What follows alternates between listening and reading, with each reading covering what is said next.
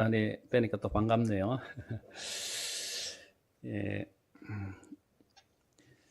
요즘 결혼 풍습을 보니까 뭐 풍습이라고 할 것도 없죠. 뭐 이게 결혼의 흐름을 보니까 과거에는 저희들이 주례를 하시는 또 우리가 기독교식으로 하면 또 목사님도 계시고 이래서 엄숙하게 주례를 했는데 요즘은 결혼식에 가보니까 이게 축제처럼 그렇게 하더라고요. 이벤트처럼 이렇게 하고 또 주례가 없기도 하고 또 신랑이나 신부 아버지께서 또 이렇게 주례를 대신하기도 하고 또 어떤 경우에는 그냥 가족들만 이렇게 모여서 이 스몰 웨딩으로 하기도 하고 이렇게 다양한 형태로 이렇게 변화되어 가는 것을 우리가 볼 수 있는데 오늘 우리 성경 본문에 언급되고 있는 당시의 이 결혼 풍습은 생각보다 좀 복잡했던 것 같습니다. 우리처럼 이렇게 단순하지가 않고. 그래서 우리가 그것을 잘 이해하고 있을 때 주님께서 우리 본문에서 비유로 들어 청중들에게 예수님께서 경고하셨던 그 교훈의 뜻을 우리가 잘 이해할 수 있을 것 같습니다. 그래서 오늘 그 당시에 그런 결혼 관습, 풍습이 어떠했고 또 주님께서 어떤 의도로 그렇게 말씀하셨는지를 한번 생각해 보고자 합니다. 뭐 잘 아시는 내용 같습니다. 그 당시에 이 결혼을 하기 위해서는 신랑과 신부가 상당히 오랫동안 좀 준비해야 됐습니다. 요즘처럼 우리가 예식장을 마련하고 혼인 예식만 하면 부부가 되고 또 신고만 하면 부부가 될 수 있었지만 과거에는 그렇게 빨리 진행할 수 있는 형편이 아니었다고 합니다. 부부가 될 총각 처녀들이 결혼 약속을 먼저 하고 그 신랑이 부부가 됐을 때 살 수 있는 집을 마련하기 위해서 상당히 오랜 기간 또 한 1년여, 한 1, 2년 정도 걸렸다고 하는데 그 신랑 될 사람이 아버지의 집에서 이렇게 그 공간을 마련하기 위해서 집을 짓기도 하고 또는 돈을 벌기도 해서 그런 공간을 마련을 먼저 했다고 합니다. 그러니까 정혼을 하고 결혼을 하겠다 이렇게 약속을 하고 신랑이 집을 준비하는 그 과정에 들어갔다고 합니다. 대략 한 1, 2년 걸렸다고 하는데 그래서 이 정혼을 한다고 하는 이 약속은 우리가 지금 약혼을 하는 지금은 약혼을 잘 안 하지 않지만 약혼을 했을 때 이 약속으로 생각하는 그 정도보다 훨씬 더 이 법적인 그런 이 효력이 있는 그런 약속이었다고 합니다. 그래서 정혼을 하고 결혼을 하겠다고 약속을 하고 이 신랑이 집을 준비했다고 합니다. 그래서 요한복음 14장 2절에서 3절 보면 주님이 이런 말씀을 하시는 것을 우리가 볼 수 있는데요. 내 아버지 집에 거할 곳이 많도다. 주님이 하늘로 가시겠다 이렇게 말씀을 하시면서 가시는 이유에 대해서 설명하는 그런 내용입니다. 내 아버지 집에 거할 곳이 많도다. 그렇지 않으면 너희에게 일렀으리라. 내가 너희를 위하여 거처를 예비하러 가노니. 마치 신랑이 결혼을 위해서 신부를 위해서 거처를 준비하는 것처럼 내가 하늘로 갈 텐데 내가 거기 가는 이유는 신부된 너희들을 맞이하러 그 준비하러 가는 신랑처럼 내가 갔다가 내가 그것이 준비되면 너희들을 데리러 올 것이다. 이런 말씀의 취지로 말씀하고 있는 것입니다. 거처를 예비하러 가노니 가서 너희를 위하여 거처를 예비하면 내가 다시 와서 너희를 내게로 영접하여 나 있는 곳에 너희도 있게 하리라. 이 말씀을 보면 제가 설명드린 그대로를 다 반영하고 있는 주님의 말씀이라는 것을 우리가 알 수 있죠. 정혼을 하고 거처를 마련해서 신부를 데리고 오는 그 당시의 결혼 풍습을 그대로 비유해서 주님께서 말씀하시고 있는 그런 말씀인 것입니다. 그래서 이제 신랑이 그 집을 준비하면 신랑이 이제 신부를 언제 데리러 가겠다 이렇게 신부의 집에 통보를 합니다. 뭐 1년이라는 시간 후에 갑자기 뭐 들이닥칠 수는 없으니까 언제 가겠다 이제 이렇게 기일을 통보하면 신부 집에서는 이제 준비를 해서 잔치를 준비를 하고 신부가 이제 신랑의 집에 갈 수 있도록 준비를 해서 대기를 하고 있겠죠. 그러면 낮이 아닌 밤에 신랑이 이 의복을 갖춰 입고 예식을 준비를 해서 신부의 집에 이제 오게 됩니다. 그러면 신부의 집에서는 그 신랑을 맞아들여서 그 집에서 간단한 의식을 또 하고 혼인 의식을 간단하게 하고 그 부부 될 신랑 신부가 다시 그 아버지의 집, 자기들이 살 집, 신랑이 준비한 그 집에 이제 가게 됩니다. 그 가는 동안에 신부의 친구들, 들러리죠. 들러리들은 등을 준비해가지고 그 왔다 갔다 하는 그 길을 밝히는 그런 풍습이 있었다고 합니다.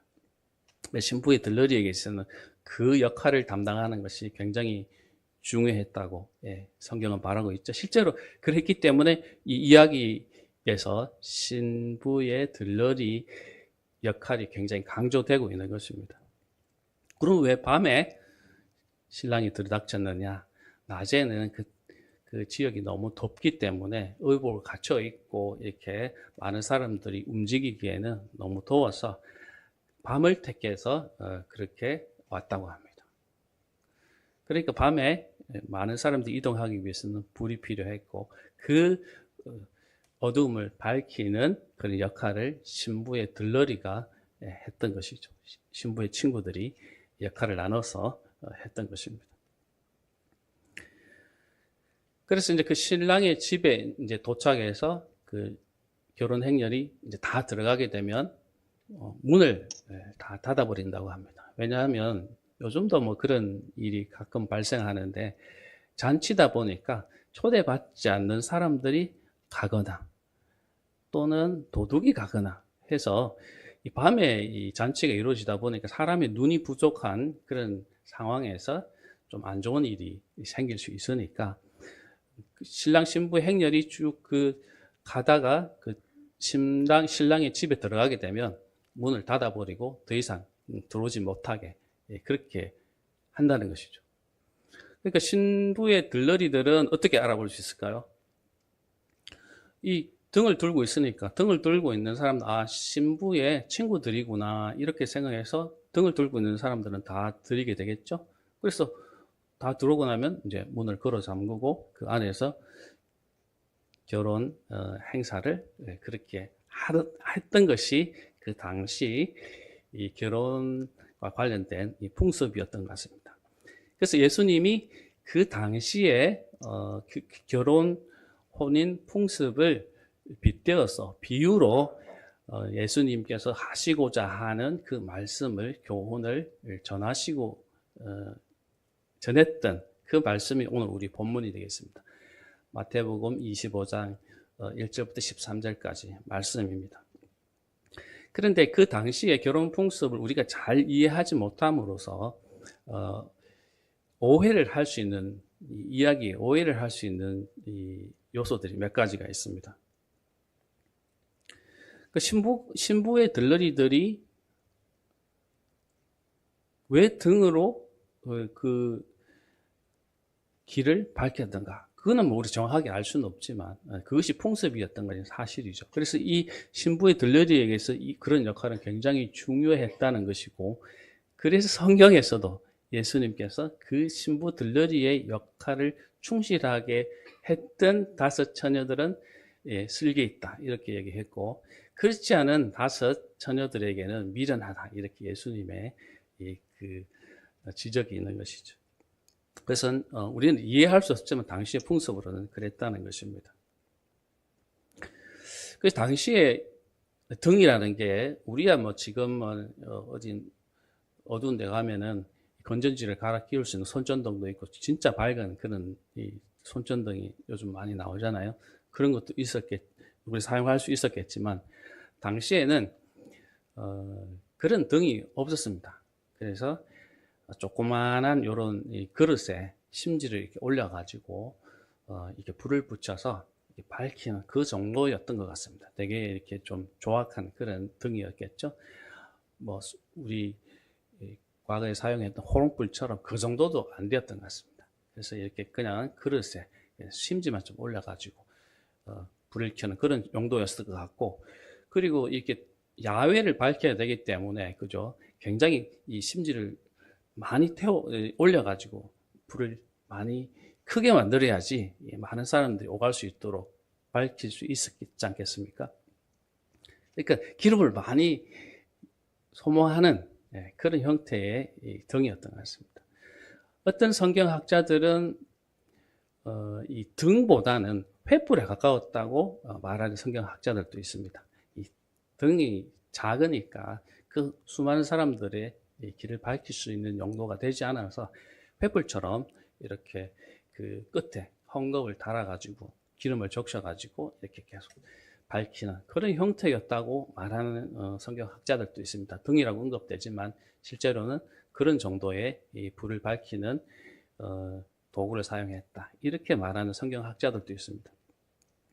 결과적으로는 이 불을 밝히는 그런 신부 들러리의 역할은 분명하고, 그래서 그 신부 들러리들은 기름을 충분히 갖고 있어야, 그죠? 등도 준비해야 되겠지만 기름을 충분히 갖고 있어야 그 역할을 잘 감당할 수 있었겠죠. 그러니까 성경에 예수님의 비유에 나오는 그 신부의 들러리들은 분명히 언제부터 언제까지 한 요 시간 동안에는 사용할 수 있는 기름은 갖고 있었을 것 같습니다. 상식적으로. 이 성경 본문에 보면은 이 등은 가지고 기름은 가지지 않은 것처럼 말하고 있지만 실제로 그렇게보다는 기름은 어느 정도 준비했을 것 같습니다. 여러분 같으면 신부 들러리인데 기름을 하나도 준비한 거 등만 달랑 가지고 있었겠습니까? 그렇지는 않았을 겁니다. 그죠? 그러니까 기본적으로 쓸 수 있는 정도의 기름은 가지고 있었을 것이고, 열처녀 다 그렇게 가지고 있었을 것이고, 그렇게 준비했을 겁니다. 분명히. 그런데 문제는 뭐였죠? 더 여분의 기름이 필요한 상황이 딱 벌어지니까 그렇게 준비하지 못했던 5 처녀들에게 문제가 생긴 거죠. 그렇게 보시면 될 것 같습니다.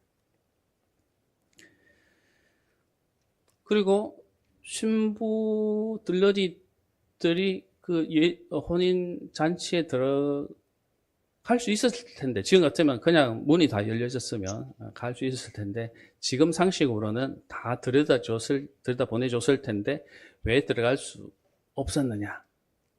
아까 말씀드렸던 그런 안전상 문제, 도난의 문제, 이런 것 때문에 결혼, 혼인, 잔치가 있을 때는 밤에 이루어졌고, 그렇게 문을 걸어 잠그고 안에서 이렇게 했던 그런 것은 우리가 잘 지금 이해를 못하지만 그 당시에는 그랬다고 합니다. 그리고 어떤 분들은 이 열처녀가 다 신부였다고 생각하는 분도 있습니다. 신부 비유라고 생각하시는 우리 성도님들도 가끔씩 이렇게 제가 이렇게 성경 말씀 해드리면 신부 아니었습니까? 이렇게 하시는 분도 있는데 아닙니다. 다 열처녀는 신부의 들러리, 친구였습니다. 그래서 그 신랑과 신부는 따로 있고 그들을 섬기는 신부의 친구들입니다. 합동 결혼식도 아닙니다. 알겠죠? 당시엔 그런 게 없었습니다. 근데 본문에 보면은 좀 우리가 본문을 좀 읽어가면서 또 한번 생각해 보면 우리가 예수님이 의도하시는 그 의도와는 다르게 성경을 이해하는 부분이 조금 있습니다. 그래서 그 부분을 한번 또 생각해 보면서 제가 또 말씀드리려고 합니다. 1절에 보면은 1절에 한번 보십시오. 그때 천국은 마치 등을 들고 신랑을 맞으러 나간 열 처녀와 같다. 이렇게 말하고 있습니다. 천국은 예수님 비유에서 딱 그 주제를 바로 말하죠. 천국은 등을 들고 신랑을 맞으러 나간 신부의 들러리 친구 열 처녀의 어떤 이야기와 같다. 천국은 그렇다. 이렇게 전제를 하고 있습니다. 열 처녀가 갔는데 다섯은 미련하고 다섯은 실기 있는 지혜로운 처녀였다. 이렇게 아예 언급을 하고 있습니다. 예수님이. 자, 그러면 예수님의 말하고자 하는 그 포인트는 슬기로운 다섯 처녀에게 있었을까요? 미련한 다섯 처녀에게 있었을까요? 예, 보십시오.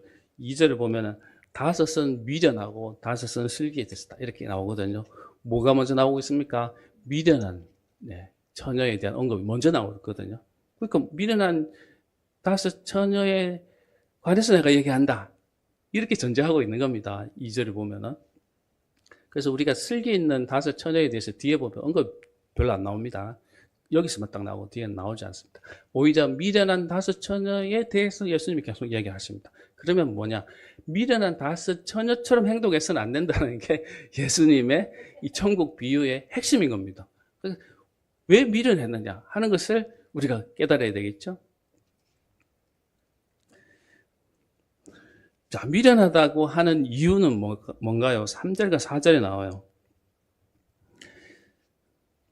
미련한 자는 등을 가질 때 기름을 가지지 아니하고 슬기 있는 자들은 그릇에 기름을 담아 등과 함께 가져갔더니, 자, 여기 3절 4절에 보면은 미련한 다섯 처녀는 등은 갖고 있었는데 기름이 없다고 말하죠.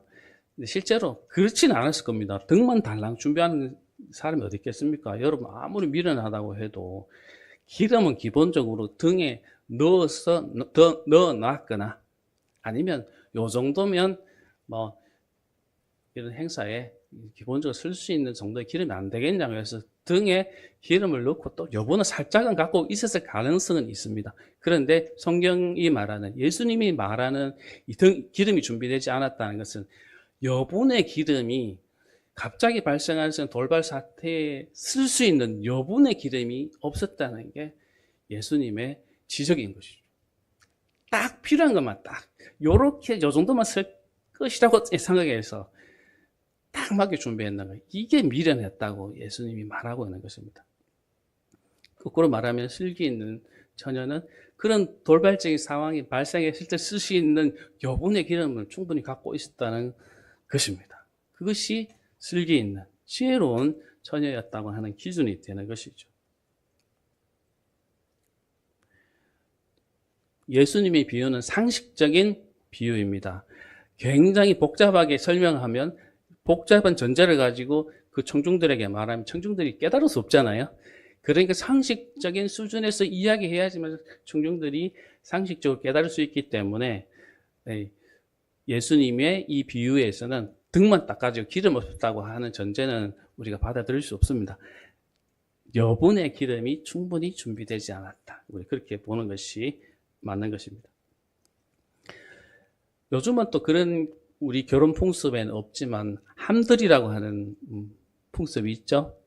네, 오랫동안 우리 결혼하는 신랑 신부 집에 결혼하기 전에 그죠?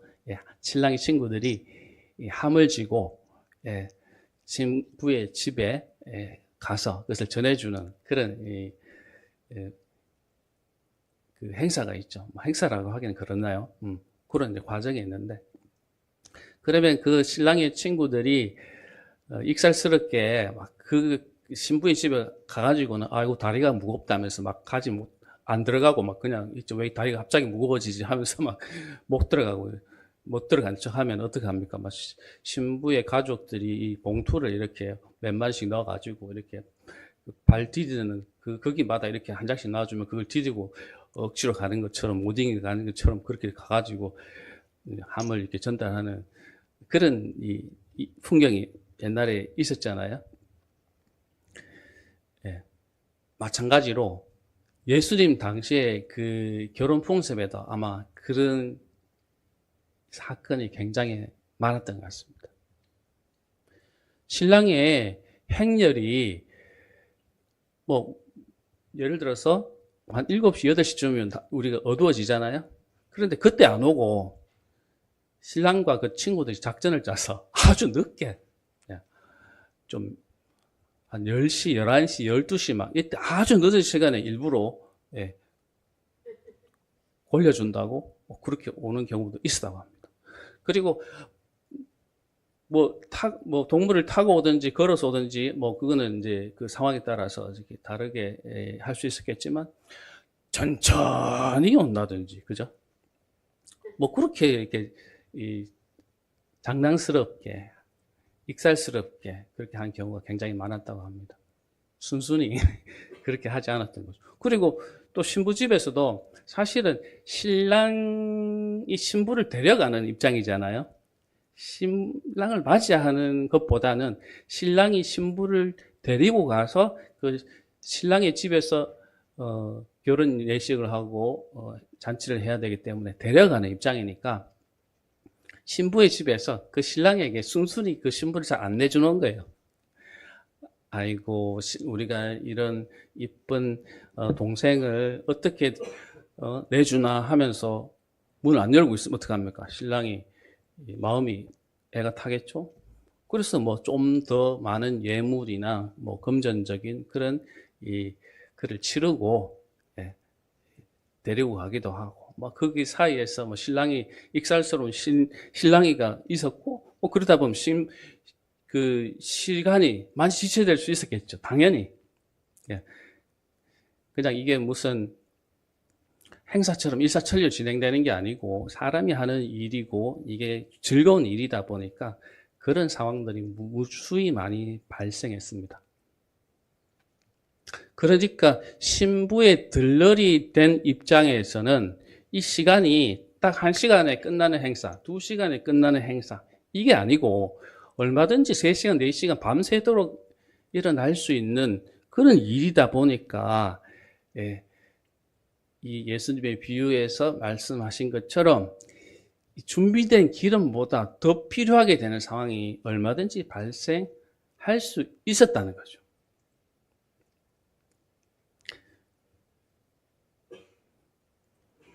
예수님의 지적은 바로 이 지적입니다. 예상할 수 없을 것 같았던 그런 상황들이 발생했을 때 너희들이 신랑이 신부의 들러리들이 사용할 수 있는 기름을 준비하고 있었냐? 밝힐 기름을 준비하고 있었느냐? 이게 예수님의 지적입니다. 그렇지 못한 것을 미련하다고 얘기를 하시고 있는 겁니다.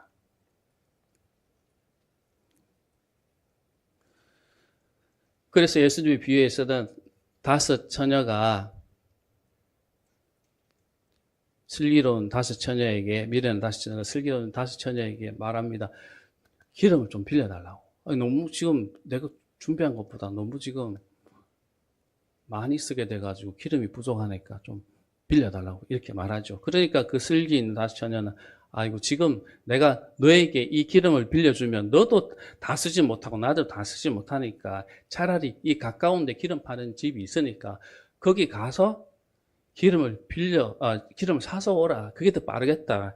그게 더 좋겠다. 이렇게 말하니까 미련한 5 처녀는 그 말이 먹혔다는 거죠. 그러니까 재빨리 가서 사려고 갔다는 겁니다. 멀지 않았던 것 같아요. 갔다는 거는 굉장히 멀리 있는 곳이 아니었기 때문에 빨리 사러 갔다는 거잖아요. 근데 여기에 또 다른 함정이 있는 거죠.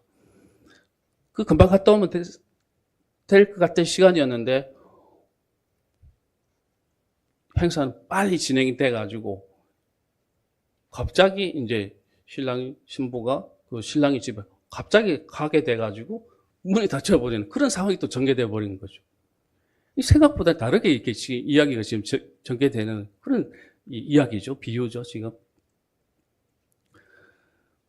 그래서 그 상황을 대비하지 못했고 그것을 빨리 처리하기 위해서 기름을 사러 갔지만 그것도 예상처럼 잘 되지 않아가지고 이것저것 다 안 돼서 결국은 신부의 들러리가 자기 역할도 못하고 그 혼인 잔치에 들어가지도 못했던 그런 이야기를 예수님이 다루고 있었던 겁니다.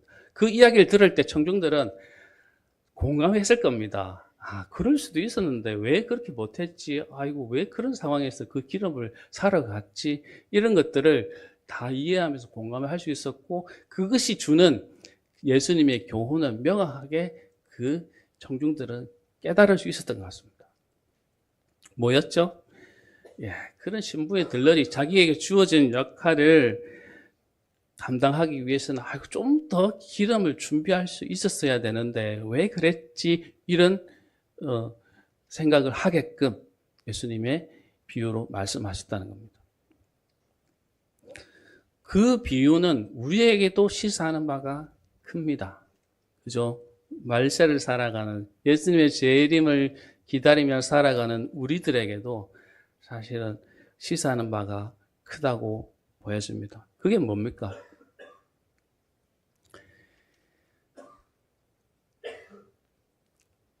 여러분이 지금 당장이라도 주님 앞에 섰을 때 여러분을 구원해 줄 수 있는 기름이 준비되어 있는가를 점검해야 된다는 거죠. 막연하게 이 정도면 괜찮을 것 같아. 이렇게 살면 안 된다는 거예요. 예수님의 비유의 교훈은. 그죠? 대충 이 정도 기름이면 될 것 같아. 이런 걸로 안 된다는 거예요. 저는 우리 성도님들 형편을 다, 믿음의 형편을 다 알지 못하지만 우리가 참 듣는 소식 중에는 임종할 때 우리 권사님 또 장로님 중에는 일부는 그 이제 하나님 앞에 가는 그런 순간에 그 죽음이 두려워서 하시는 말 중에 아이고 이제 주님 앞에 갈 텐데 참 너무 두렵다. 이런 말씀 하시는 분도 가끔씩 있으시다고 저는 들었습니다. 어떻게 보면은 이제 그렇게 고대하던 주님 곁에 내가 갈 수 있는 그런 순간이니까 참 이제는 그런 순간을 맞이하니 기쁘다. 이렇게 말할 수도 있는데 그 죽음이 두려워서 내가 지금까지 이렇게 교회에서도 헌신하고 이렇게 살았는데 내가 과연 주님 앞에 갈 수 있을까? 내가 칭찬을 받을 수 있을까? 이런 두려워하시는 분들 의외로 많다는 것을 제가 들었습니다. 기름이 충분히 준비되지 않은 경우죠. 제가 학생 청년 사역을 하는데 그들 중에는 보면 어릴 때부터 모태신앙으로 태어나서 어릴 때부터 초등, 중등, 고등, 부 거쳐가지고 대학까지 왔는데 이 구원에 필요한 믿음이 부족한 경우를 볼 수 있습니다. 당장 내가 하나님 앞에 섰을 때 내가 구원받을 수 있다는 믿음이 없는 거예요. 그런데 아니란 마음으로 계속 살아가고 있는 친구들을 많이 봅니다.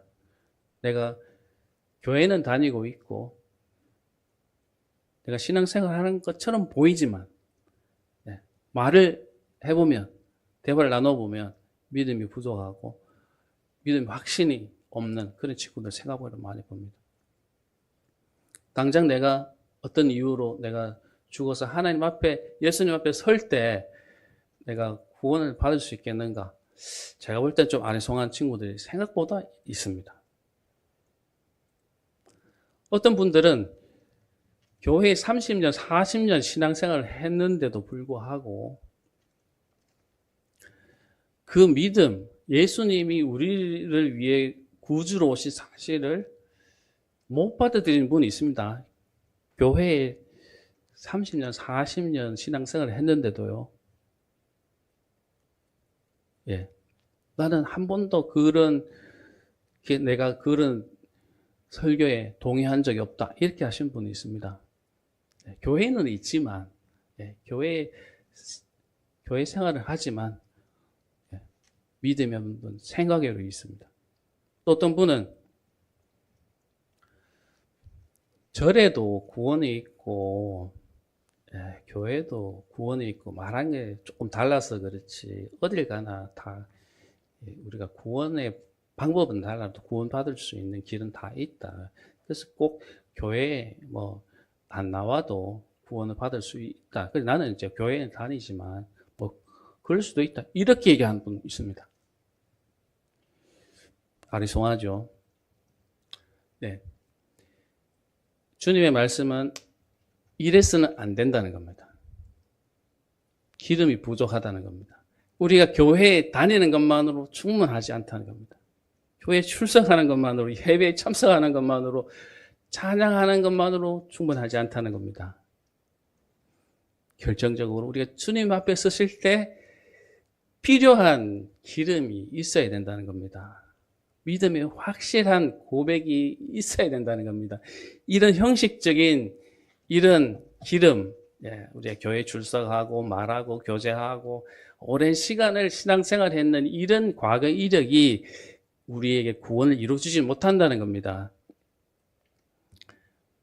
예수 그리스도를 우리의 구주로 믿는 확실한 그 믿음의 고백이 없이는 우리가 주님의 그 심판을 넘어갈 수 없다는 겁니다. 그래서 여유의 기름이 필요한 것입니다.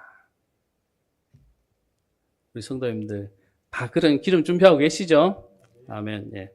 대부분의 성도님들 다 그렇게 준비하시고 계실 거라고 저는 믿습니다. 그래서 제가 오늘 이런 말씀을 드리는 이유는 우리가 오랜 신앙생활을 했지만 그 믿음의 고백을 할 수 없는 그런 분들이 있다면 예수님의 이 비유에서 말하는 이 5 처녀와 같다라는 것입니다. 미련하다. 예수님 그렇게 말하고 있죠. 그 주님 앞에 섰을 때 당장 기름을 구하기 위해서 5 처녀가 기름집에 가서 막 기름을 살려고 했지만 와보니까 이미 문은 닫혔던 그런 상황처럼 우리들도 주님 앞에 섰을 때 믿음이 없어서 할 때 믿음을 어떻게 구할 수 있겠느냐는 겁니다. 못 구합니다. 끝이기 때문에. 그래서 우리가 믿음의 확실한 고백을 할 수 있는 모든 성도들 되시기를 소망합니다. 또 한 가지는 저는 이 말씀을 공부하면서 이런 생각을 해봤습니다. 저도 목사지만 설교 준비를 하고 또 저희 교회에서 찬양 인도를 하면서 찬양 콘티도 짜고 찬양 준비를 합니다. 그런데 이 준비함이 충분한가 하는 것에 대해서 좀 저는 이 말씀을 들으면서 좀 고민했습니다.